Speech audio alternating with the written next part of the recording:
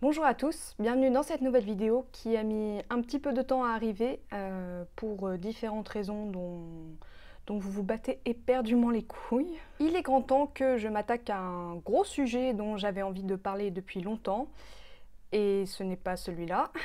Peut-être qu'on en parlera de celui-là un jour. Voilà, je voulais m'attaquer à Astérix au Cinoche, et nous allons évidemment commencer par le premier.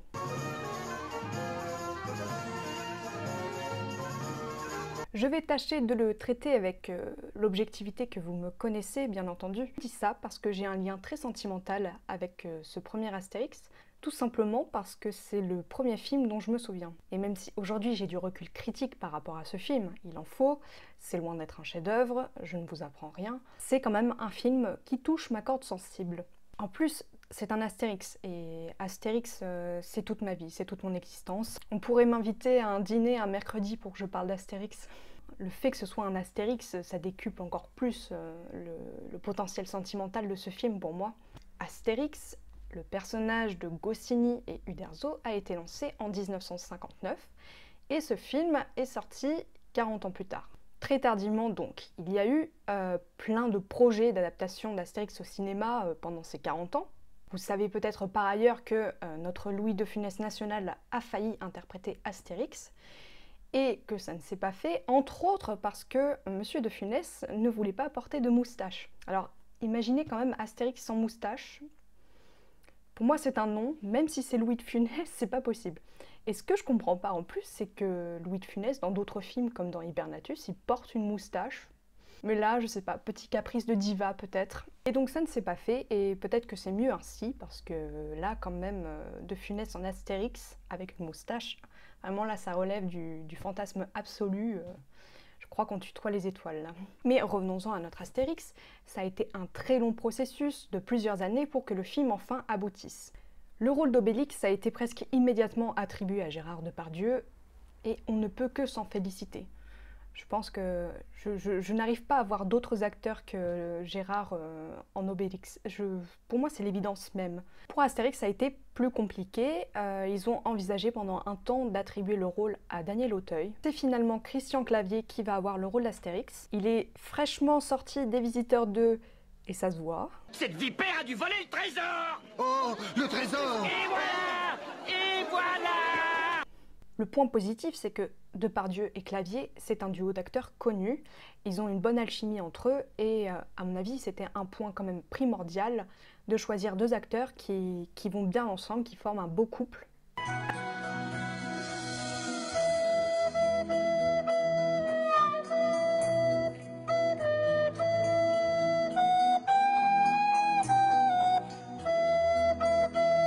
Astérix et Obélix, c'est un duo, c'est un couple, une bromance, voire une romance, on ne sait pas. Donc c'était très important à cet égard de choisir deux acteurs qui vont très bien ensemble.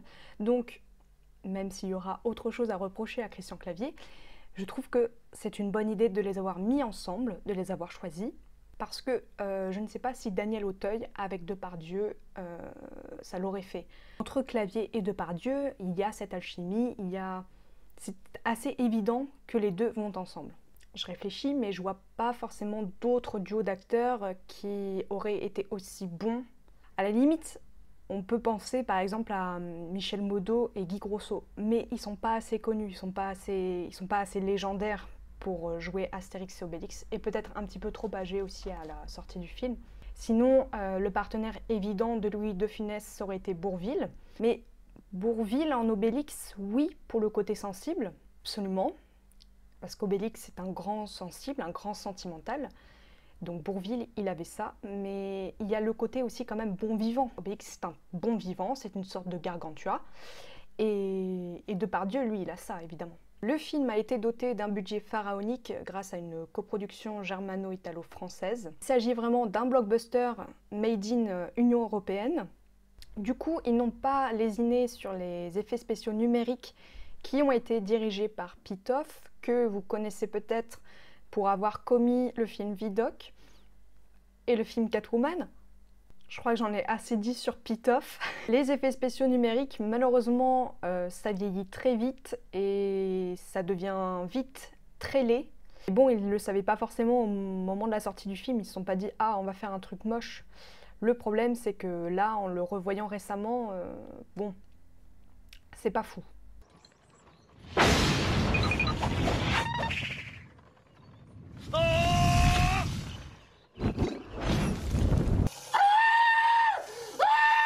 Ils ont voulu vraiment faire un festival d'effets spéciaux numériques et c'est vrai qu'aujourd'hui, c'est laid.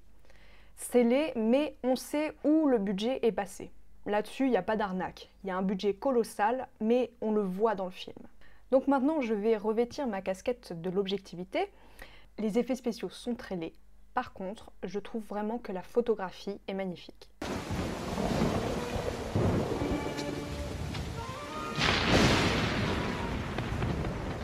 Entrez! Chef, un devin et ses 2 assistants demandent l'hospitalité pour la nuit. Les costumes sont somptueux, les décors magnifiques. Et vraiment, voilà, je trouve qu'il y a eu un effort pour que le visuel soit beau. J'ai l'impression d'être dans le village d'Astérix. Il y a un vrai travail au niveau des lumières, un travail du détail qui est très important.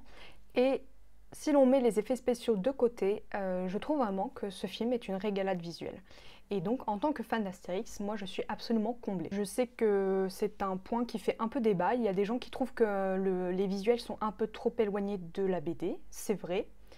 Mais moi, c'est un parti pris que j'ai trouvé intéressant. L'ambiance visuelle du film me transporte en tant que fan d'Astérix dans le village d'Astérix. Donc vraiment, à cet égard, moi je suis comblée.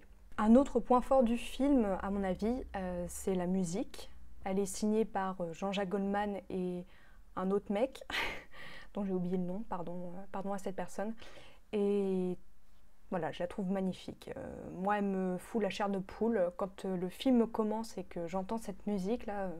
Par contre, donc autant j'aime le générique de début, autant le générique de fin, même si, là encore, je trouve que la musique est belle. C'est un passage aussi important, le générique de fin. Il y a des gens qui y restent. Et vraiment, ça nous plonge dans une sorte de mélancolie. C'est peut-être normal d'être mélancolique à la fin du film, hein, quand on l'a vu en entier.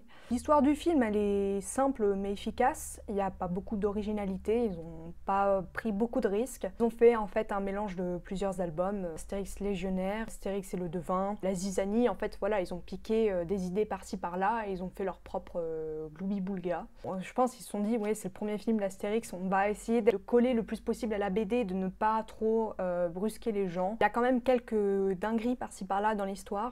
En fait, tout ce qui tourne autour d'Astérix, c'est un peu ouf. Par exemple, Astérix se retrouve prisonnier des Romains, de Détritus, et celui-ci le balance dans les jeux du cirque. Les jeux du cirque, on les retrouve plusieurs fois dans les BD. Astérix et Obélix, ils se sont retrouvés plusieurs fois dans l'arène. Hein. Ça se passe plutôt bien, tranquille, un petit coup de potion magique et hop, roule Pedro. Mais là, ils se retrouvent dans un truc vraiment flippant. Le cirque dans lequel se retrouve Astérix, c'est Takeshi's Castle, mais vraiment version hardcore. Une espèce de créature surhumaine là qu'on dirait sortie d'un film de David Lynch.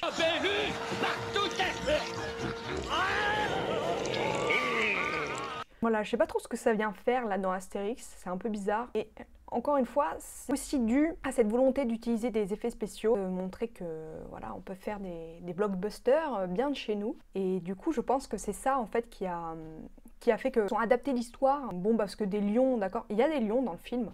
Bon, les lions, c'est pas assez stylé, donc ils ont voulu mettre des trucs un peu plus swag. Résultat, c'est un peu bizarre. Pour le coup, ça s'éloigne quand même bien de l'esprit de la BD. Le gros point fort aussi de ce film par rapport à celui d'Alain Chabat qui va suivre et dont j'espère parler très prochainement, c'est que dans ce film-là, on a de vrais acteurs, vraiment des légendes. Vous avez Depardieu forcément, Michel Galabru, Daniel Prévost, Claude Pieplu qui est absolument exquis en panoramix. C'est aussi Pierre Palmade et Ariel Dombal qui ont dû se perdre sur le tournage, je ne sais pas. On a même une petite vedette de Canal+, parce que le film est aussi coproduit par Canal+.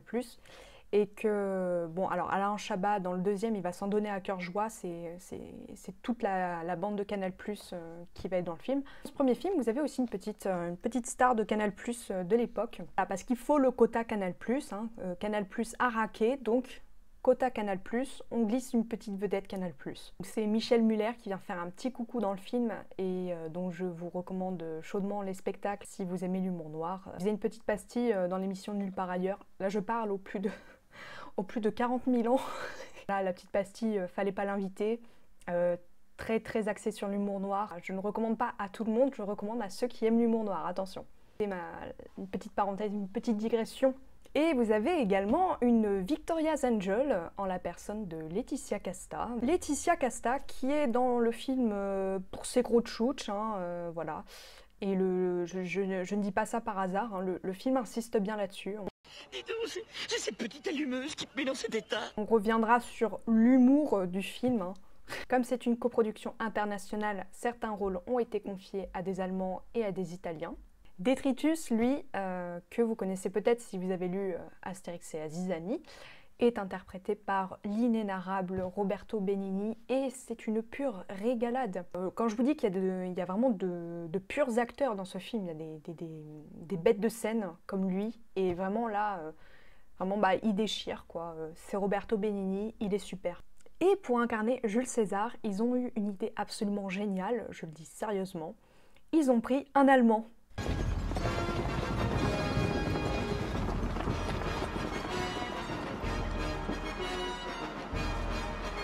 Ah oui, je dis ça comme ça un peu en rigolant, mais Astérix c'est aussi ça au départ. Hein. C'est un village de résistants, je rappelle que Goscinny est juif, qui résiste à l'envahisseur. Après vous en tirez les conclusions, vous en tirez les déductions que vous voulez, mais personnellement je trouve que c'est génial d'avoir pris un acteur allemand pour jouer Jules César. Une riche idée, d'autant plus qu'ils ont vraiment pris un très bon acteur, il est excellent, il a la gueule de l'emploi déjà, il a vraiment le même profil que Jules César dans la BD pour le coup. Pour faire Jules César, on prend pas n'importe qui. Là, ils ont vraiment pris un mec qui respire le charisme, qui a une stature, qui a de la gueule. Et cet acteur qui s'appelle Gottfried John, vous le connaissez peut-être parce qu'il a joué un méchant de James Bond. Donc en plus, il vient avec ce bagage-là. Donc c'est super pour jouer Jules César. Plus, Jules César, c'est quand même un personnage pour lequel il faut avoir une certaine empathie. Et donc ça fonctionne très bien avec Gottfried John, dont le jeu contraste complètement avec celui de Roberto Benigni. Vous avez un mec donc sûr de lui, imposant, sérieux, calme, flegmatique, voilà, Jules César. Et de l'autre, vous avez Roberto Benigni, là, complètement débordant, complètement hystérique. Et donc ce duo du faux méchant, Jules César, et du vrai méchant, Détritus, ça fonctionne à plein. Donc je trouve que la distribution de ce film, elle est très bien. Ils ont vraiment trouvé les bons acteurs pour les bons rôles. J'ai oublié de mentionner les seconds rôles aussi. Vous avez Jean-Roger Milot, que vous ne connaissez peut-être pas de nom, mais qui joue dans de nombreux films, parce qu'en fait il fait beaucoup de seconds rôles, qui joue C'est Automatics, qui est génial. Et vous avez aussi Jean-Jacques Deveau, qui joue Ordre Alphabetics. Pareil, génial. Et ça, c'était important aussi de bien soigner les seconds rôles, et notamment ces deux-là, parce que pour les fans d'Astérix, le duo C'est Automatics et Ordre Alphabetics, c'est un duo hyper important. Donc là-dessus, c'est pareil, ils ont géré. Mais malgré tous ces points positifs... Alors, en effet, il y a plusieurs hicks. La réalisation du film est signée Claude Zidi, que vous connaissez sans doute pour tous les films qu'il a fait dans les années 70 et 80, de très moyenne facture, vraiment toujours à la lisière du navet quoi. Les Sous-doués, il y a L'aile ou la cuisse aussi avec De Funès, il a fait quelques films avec De Funès, L'inspecteur la bavure, L'animal, tout plein de films, voilà, pas forcément de bonne qualité, mais qu'on aime quand même.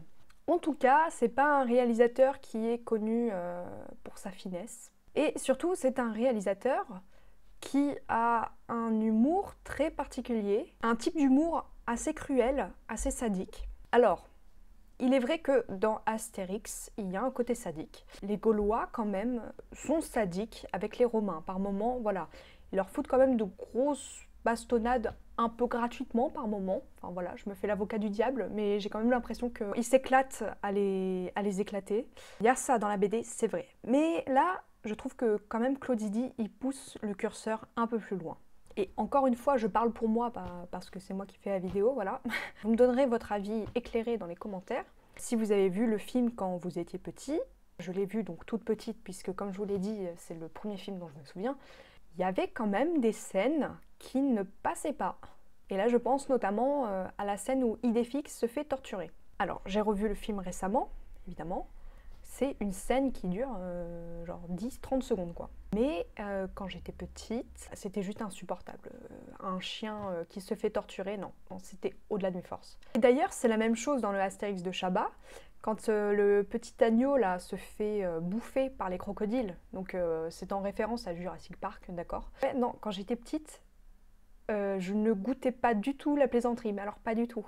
Et de même, donc la scène que j'ai un petit peu évoquée tout à l'heure, où il y a l'espèce de monstre dans l'arène qui attaque Astérix, là, qui l'étrangle,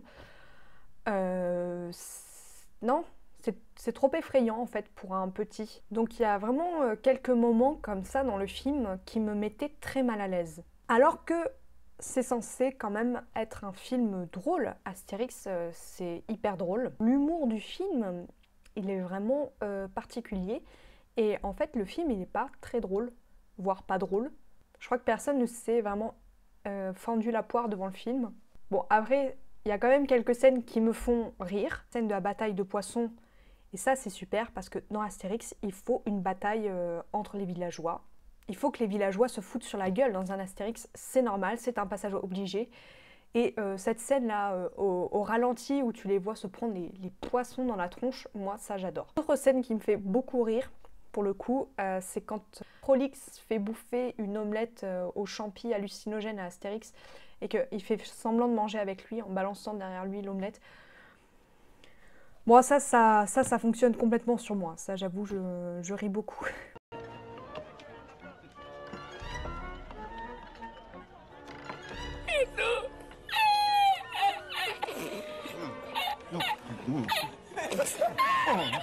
Il y a aussi quelques tentatives de vannes qui tournent autour du pognon, genre Abra Raccourcix qui voudrait avoir des réductions d'impôts. Moi, ça j'aime bien, ça c'est assez marrant, bon voilà, mais vous n'allez pas vous taper le fourré du siècle. Hein. Bon, et puis, alors certes, nous avons des acteurs formidables, et voilà, il y a un petit souci de direction d'acteur. Vous voyez où je veux en venir? De toute façon, c'est mon obsession hein, sur cette chaîne de parler de Christian Clavier, je crois. Monsieur Christian Clavier qui est laissé mais en roue libre totale. Le gars il est en mode, je sais pas, moulinex là, il est incontrôlable, ingérable. L'idée de Caius Bonus, qui n'est pas le plus courageux mais qui est inventif, ça a été quoi? De nous balancer la montagne sur la figure. Voilà. Alors ils ont commencé à rouler un énorme rocher et cette fois on a bien cru que le ciel nous tombait sur la tête. Hein? Ta gueule! Là il est vraiment dans un cran supérieur dans le surjeu. Il n'est pas du tout canalisé, il gueule pendant tout le film. On n'est pas du tout dans Astérix quoi. Il aurait fallu lui donner un petit Xanax, un demi-Xanax au moins, parce que vraiment là il est insupportable. Parce qu'il forme un très beau couple avec Gérard Depardieu. Du coup, il gueule tellement, il fait tellement n'importe quoi que ça le rend insupportable. Ça donne aussi un côté étrange au film. Astérix, il a un côté râleur, mais Astérix, il gueule pas comme un putois comme ça en permanence. Là, dans le film, on passe quand même à côté d'Astérix, et c'est un petit peu dommage hein, pour un film qui porte son nom. Bref, j'aimerais toujours ce film, malgré ses défauts évidents, malgré ses moments bizarres, son humour chelou. En fin de compte, il manquait pas grand-chose pour que ça fasse un Astérix réussi. Et c'est ça qui est peut-être un peu frustrant. On a quand même tous les ingrédients qui sont réunis pour que ça se passe bien, mais voilà, il y a quelques petits détails comme ça. On ne sait pas trop à qui le film s'adresse finalement, parce que pour les enfants, comme je vous l'ai dit, ça dépend aussi de la sensibilité de vos gosses. Hein. Personnellement, moi, ça ne passait pas, je pense que je n'étais quand même pas la seule. Et en même temps, pour les parents, pour les adultes, il y a les vannes sur le fric là, qui sont marrantes, qui font sourire. Et voilà, on sait pas trop à qui s'adresse le film finalement. Le film il passe un petit peu à côté de son sujet parce qu'Astérix est raté.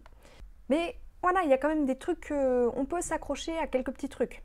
Voilà, tous les ingrédients de la potion magique étaient pourtant réunis un temps prochain. Je vais pas du tout annoncer de date parce que je n'en sais strictement rien. On parlera du deuxième Astérix. J'espère que cette vidéo vous a plu. Si c'est le cas, eh bien n'hésitez pas à lâcher un pouce en l'air, à vous abonner et tutti quanti. Et moi je vous dis à bientôt, bougou chez vous.